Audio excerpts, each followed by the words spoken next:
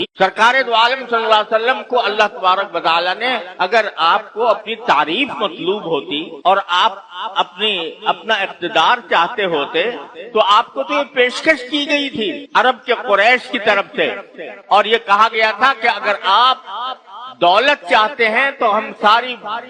دولت آپ کے قدموں میں ڈھیر کرنے کو تیار ہیں، اگر آپ کو اقتدار چاہیے تو ہم اپنا سردار آپ کو بنانے کو تیار ہیں، اگر آپ کو حسن و جمال چاہیے تو ہم عرب کا منتخب حسن و جمال آپ کی خدمت میں پیش کرنے کو تیار ہیں، لیکن آپ یہ دعوت چھوڑ دیجیے جو دعوت آپ لے کر آئے۔ سرکار دو عالم صلی اللہ علیہ وسلم نے جواب میں فرمایا کہ اگر تم میرے ایک ہاتھ میں آفتاب اور ایک ہاتھ میں چاند رکھ دو تب بھی میں اپنی اس دعوت کو چھوڑنے والا نہیں ہوں۔ آپ اس لیے نہیں آئے تھے کہ آپ کے قصیدے پڑھے جائیں، آپ اس لیے نہیں آئے تھے کہ آپ دنیا سے اپنی تعریف کرائیں، آپ اس لیے تشریف لائے تھے کہ دنیا کو غلط عقیدوں سے نجات دلائیں، آپ اس لیے تشریف لائے تھے کہ دنیا کو غلط طرز عمل سے نجات دلائیں، آپ ایسی سنت پیش کریں، ایسا طریقہ پیش کریں جو دین اور دنیا کی بھلائیوں کا ضامن ہو۔ اللہ تبارک و تعالی نے فرمایا تھا لقد کان لکم فی رسول اللہ اسوۃ حسنہ، لوگو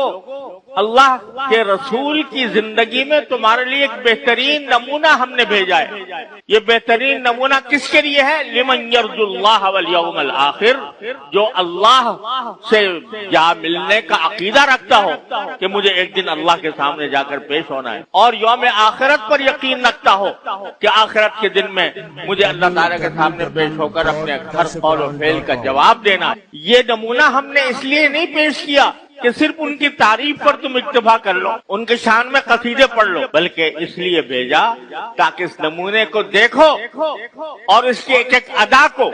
اپنانے کی کوشش کرو، جس کا نام ہے اتباع سنت۔ تو اصل مقصود ہونا یہ چاہیے کہ جب یہ ربیع الاول کا مہینہ آئے